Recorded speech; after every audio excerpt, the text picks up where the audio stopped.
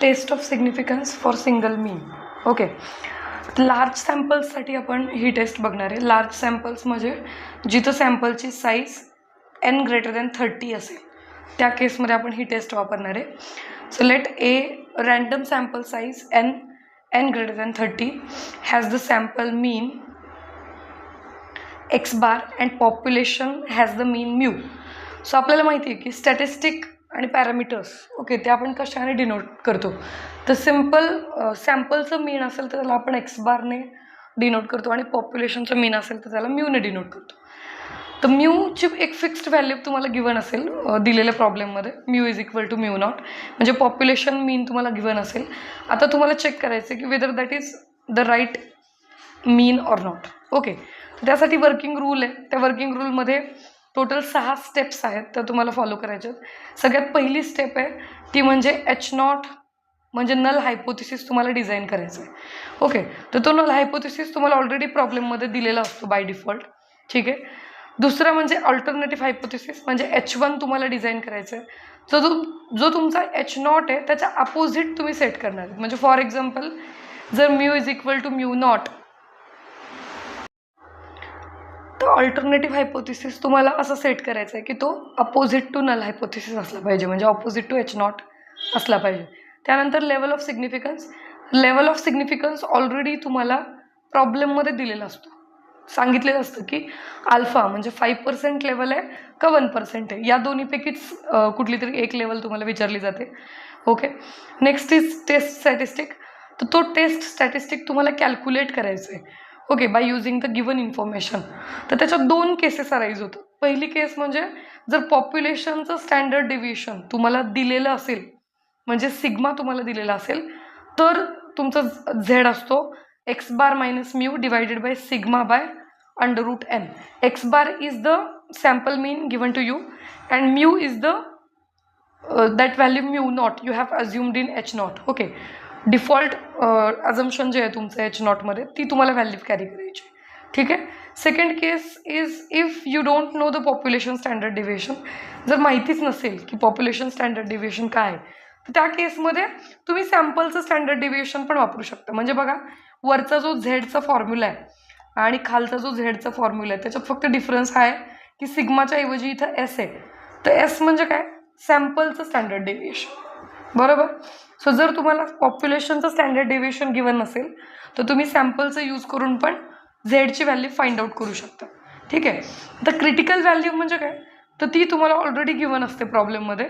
At the end of the problem ब्रॅकेटमध्ये तुम्हाला दिलेलं असतं की झेड अल्फा काय आहे. शक्यतो झेड अल्फाची व्हॅल्यू जी आहे ती 1.96 आहे 5% लेवलसाठी. ओके, तर 5% लेवल असेल तर तुम्हाला 5% लेवल असेल तर तुम्हाला 1.96 ही व्हॅल्यू दिलेली असेल प्रॉब्लेममध्ये. ओके, आणि सगळ्यात शेवटची स्टेप आहे ते म्हणजे डिसिजन घेणार आहे तुम्ही. ओके, कॅल्क्युलेटेड झेड व्हॅल्यू जी आहे आणि टॅब्युलेटेड म्हणजे क्रिटिकल व्हॅल्यू जी आहे दिलेली झेड अल्फाची, त्या दोघांना कम्पेअर करायचं आहे आणि त्यांच्या कंपॅरिझनवरती तुमचा डिसिजन डिपेंड करणार आहे. बरोबर, म्हणजे तुम्ही नल हायपोथिसिस ॲक्सेप्ट करताय, म्यूची व्हॅल्यू खरंच म्यू नॉट आहे का काही वेगळी आहे. ओके, हे तुम्हाला डिसाईड करायचं इन द लास्ट स्टेप.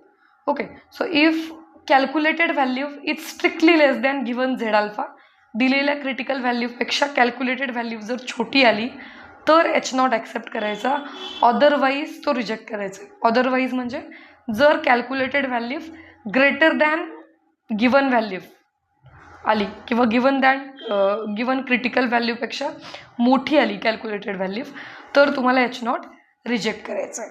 ठीक आहे. तर ही तुमची टेस्ट आहे. आता याच्यावरचं एक एक्झाम्पल घेऊयात आपण, म्हणजे तुम्हाला क्लिअर होईल. A random sample of 100 Indians has an average lifespan of 71.8 years. Okay, म्हणजे सॅम्पल दिलेले 100 भारतीय लोकांचं आणि त्यांचा ॲव्हरेज लाईफस्पॅन जो आहे तो तुम्हाला दिलेला आहे 71.8 इयर्स. म्हणजे तुम्हाला दिलं आहे काय, n इज इक्वल टू 100. सॅम्पलची साईज किती आहे, 100 आहे. It is clearly greater than 30. म्हणजे आपल्याला झेड टेस्टच वापरावी लागेल. बरोबर, टी टेस्ट नाही वापरता येणार. सॅम्पलचं मीन दिलं आहे म्हणजे एक्स बार दिलेलं आहे. एक्स बारची व्हॅल्यू किती दिली आहे, 71.8 इयर्स. बरोबर.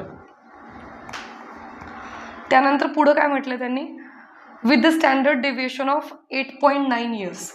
With the standard deviation of 8.9 years. हे जे वाक्य आहे त्या सेम आधीच्या वाक्याला जोडू नये. म्हणजे सॅम्पलचंच स्टँडर्ड डेविएशन तुम्हाला दिलेलं आहे. सो सॅम्पलच्या स्टँडर्ड डेविएशनला आपण एस वापरतो. म्हणजे एसची व्हॅल्यू दिलेली आहे 8.9 years. ठीक आहे. त्यानंतर काय दिलेलं आहे?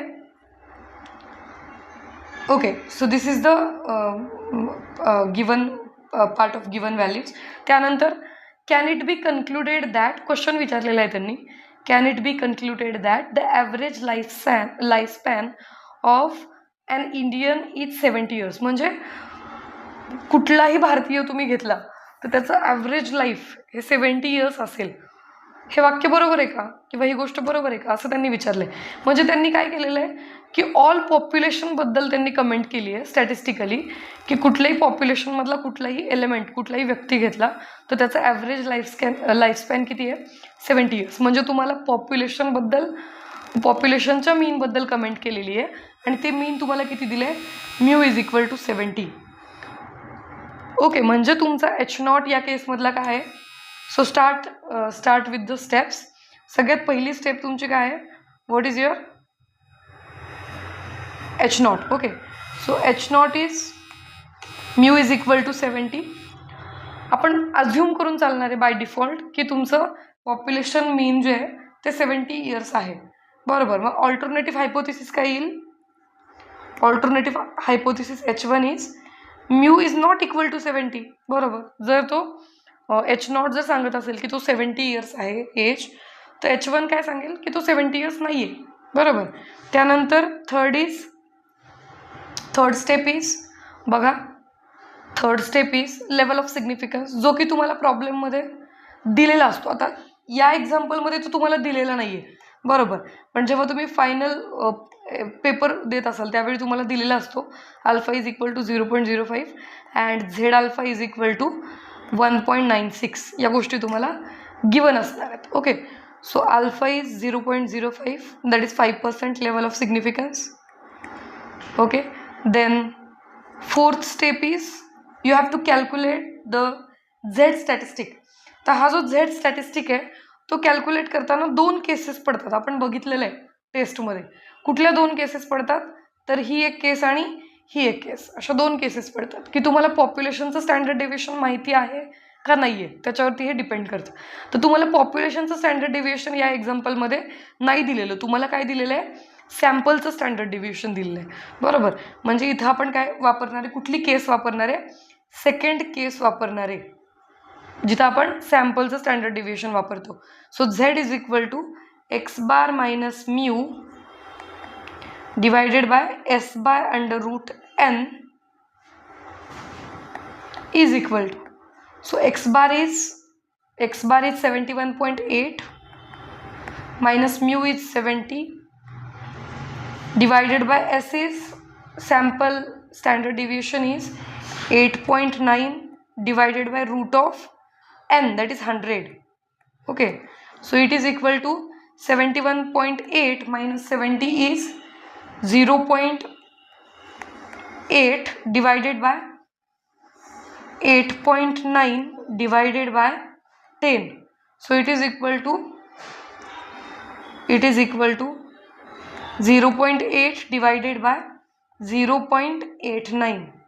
Okay, so finally it is 2.02. Okay, now the calculated values, we have the calculated values. Step 5 is we have to write the given critical value. ती तुम्हाला दिलेली असते, ती फक्त तुम्हाला उचलायची प्रॉब्लेममधून आणि मांडायची. ठीक आहे. तर ती काय दिलेली आहे? Z alpha is Z 0.05 is 1.96. Okay, and the last step you have to make the decision. Okay, calculated Z जो आहे त्याचं मॉड्युलस काय आहे? 2.02.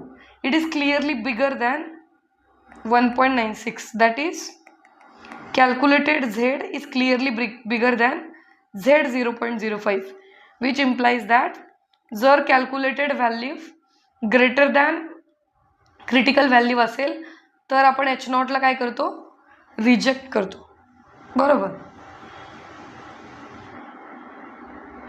So reject H0. reject H naught, or you can say H naught is rejected. Okay, H naught is rejected. Now the second question arises is, if H naught is rejected, then what it means? The average lifespan